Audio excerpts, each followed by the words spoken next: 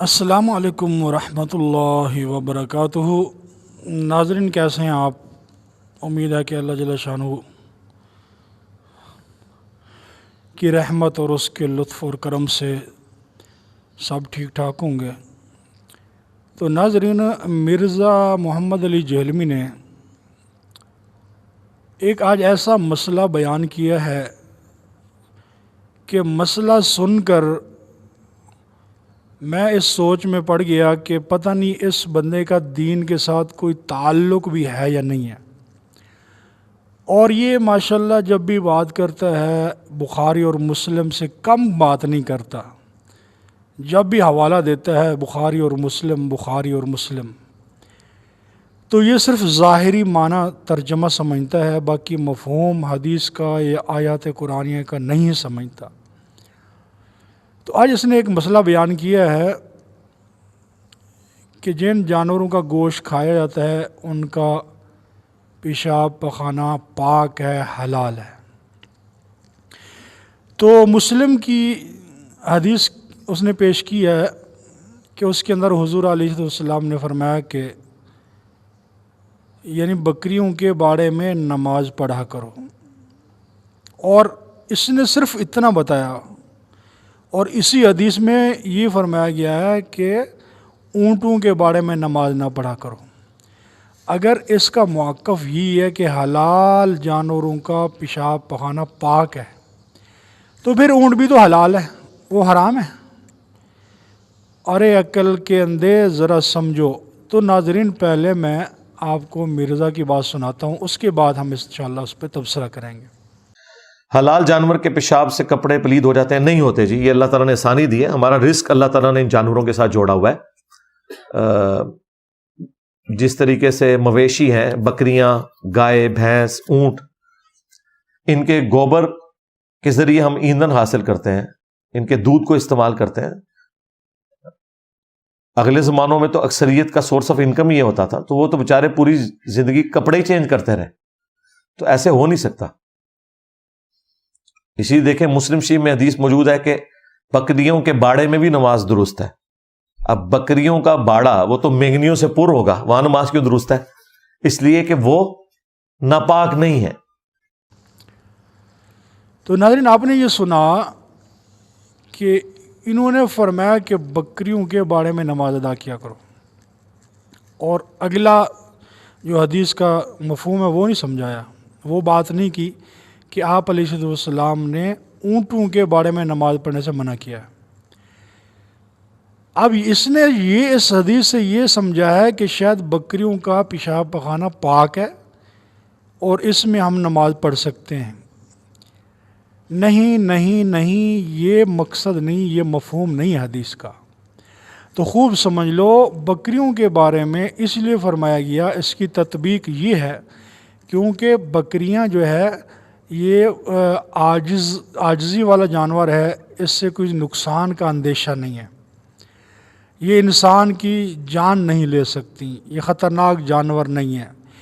اسی لیے بکریوں کے باڑے میں وہ بندہ نماز پڑھ سکتا ہے کہ الگ جگہ پر اسی باڑے میں کوئی اونچی جگہ بنائی ہو جہاں پہ بکریوں کا پیشاب پخانہ نہ گیا، اس جگہ پہ نماز پڑھ سکتے ہیں، کیونکہ تھوڑی سی جگہ اونچی ہوگی تو پیشاب پخانہ نہیں جائے گا، وہاں پہ وہ جگہ پاک ہے، اور بکریوں سے بھی انسان محفوظ ہوتا ہے کہ اس سے کوئی جان کو خطرہ نہیں ہوتا۔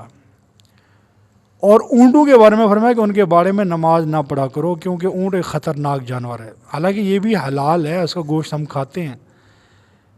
تو اس سے کیوں روکا گیا؟ کہ اس سے خطرہ ہے کہ کہیں یہ انسان کو نقصان نہ پہنچا دے۔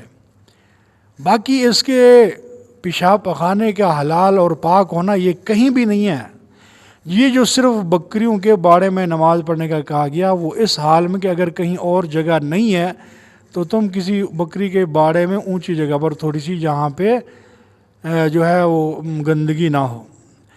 اگر مرزا جہلمی یہ کہتا ہے کہ نہیں اس جگہ پہ، تو میں آج مرزا جہلمی کو کہتا ہوں آؤ میرے ساتھ، اور میں آپ کو بکریوں کے باڑے میں ان کی مینگنیوں کے اوپر، ان کی پیشاب کے اوپر میں مصلی بچھا کے آپ کو دیتا ہوں، اب نماز پڑھو۔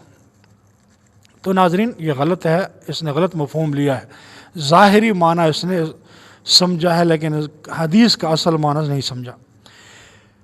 تو حدیث کی کتاب ہے مستدرک حاکم، جلد نمبر 1 صفحہ نمبر 183،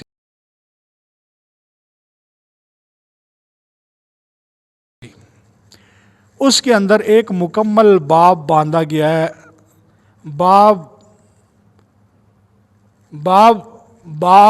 بول ما یوکل لحمہ وما لا یوکل لحمہ نجسن، باب بول ما یوکل لحمہ وما لا یوکل لحمہ نجسن، کہ ایسے جانور جن کا گوشت کھایا جاتا ہے یا جانور جن کا گوشت نہیں کھایا جاتا ان کا بول نجس ہے۔ تو یہ پورا باب ہے، حلال جانوروں کے بارے میں بھی بتایا اور حرام جانوروں کے بارے میں بھی بتایا کہ ان کا پیشاب، ان کا پخانہ جو ہے یہ نجس ہے۔ حضرت ابو ہریرہ رضی اللہ تعالیٰ عنہ سے مروی ہے کہ آپ علیہ السلام نے فرمایا کہ قبر کا عذاب اکثر پیشاب کے نہ بچنے کی وجہ سے ہوتا ہے، پیشاب سے احتیاط نہ کرنے کی وجہ سے ہوتا ہے۔ تو یہ آپ کے سامنے اسکرین پر یہ حدیث ہے، موجود ہے، دیکھ لیں۔ اسی طرح ایک اور نور الانوار کی عبارت ہے، اس میں بھی حضور علیہ السلام کا فرمان ہے، وہ ہم آپ کو دکھاتے ہیں۔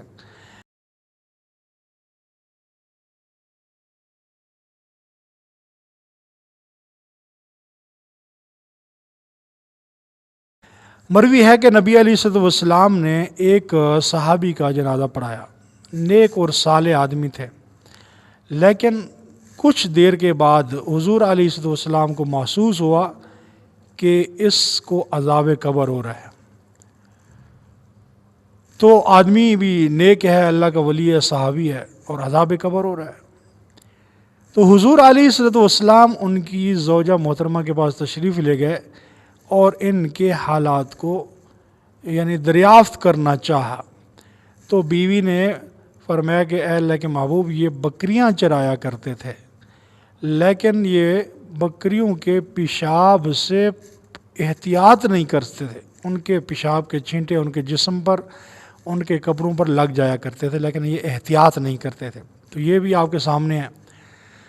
تو اب بکریوں کا پیشاب لگا، اس کی احتیاط نہ کرنے کی وجہ سے اللہ کے نبی کے صحابی کو قبر کا عذاب ہو رہا ہے۔ اور مرزا جہلمی یہ کہتا ہے کہ بکریوں کا اور حلال جانوروں کا جو پیشاب پخانہ ہے یہ پاک ہے۔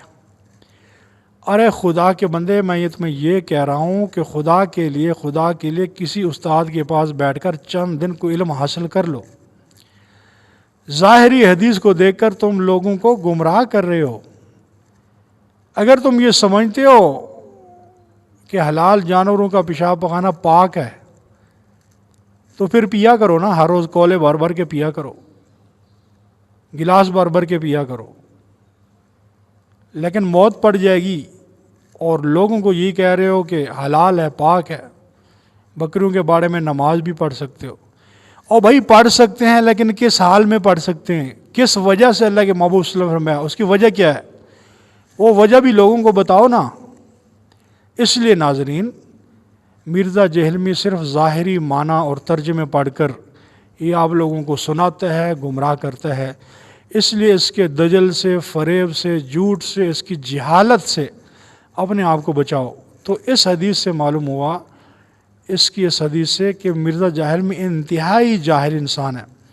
اس کو حدیث کے مطلب کا، مفہوم کا کوئی پتہ نہیں، کوئی خبر نہیں، یہ صرف ظاہری ترجمہ پڑھتا ہے۔ اس لیے ناظرین، جتنے بھی جانور ہیں، چاہے ان کا گوشت کھایا جاتا ہے یا نہیں کھایا جاتا، ان سب پیشاب پخانہ حرام ہے، نجس ہے۔ تو مستدرک حاکم کے اندر پورا باب ہے، بول ما یوکل لحمہ وما لا یوکل لحمہ نجسن۔ اس لیے مرزا جہلمی کی باتوں میں آ کر کہیں اپنے قبر کا عذاب نہ تیار کر لینا کہ اللہ کے محبوب صلی اللہ علیہ وسلم کے صحابی کو قبر کا عذاب ہو رہا ہے پیشاب کے نہ بچنے کی وجہ سے، اور اس کی باتوں میں آ کر کہیں بکریوں کے بارے میں پیشاب والی جگہ پہ نمازیں ادا کر کے اپنا ایمان نہ خراب کرنا، اپنی نمازیں آخرت نہ خراب کر لینا۔ اس لیے اگر مسائل سننے ہوں تو کسی مستند عالم کے مسائل سنا کریں، مسائل پوچھنے ہوں تو کسی مستند جو مستقل طور پر جس نے علم حاصل کیا ہو، کسی شیخ کی صحبت حاصل کی ہو، دین کا علم کو مستند طریقے اس نے حاصل کیا ہو، اس کی باتیں فالو کیا کریں۔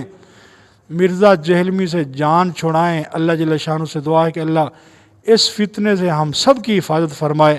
وآخر دعوانا الحمدللہ۔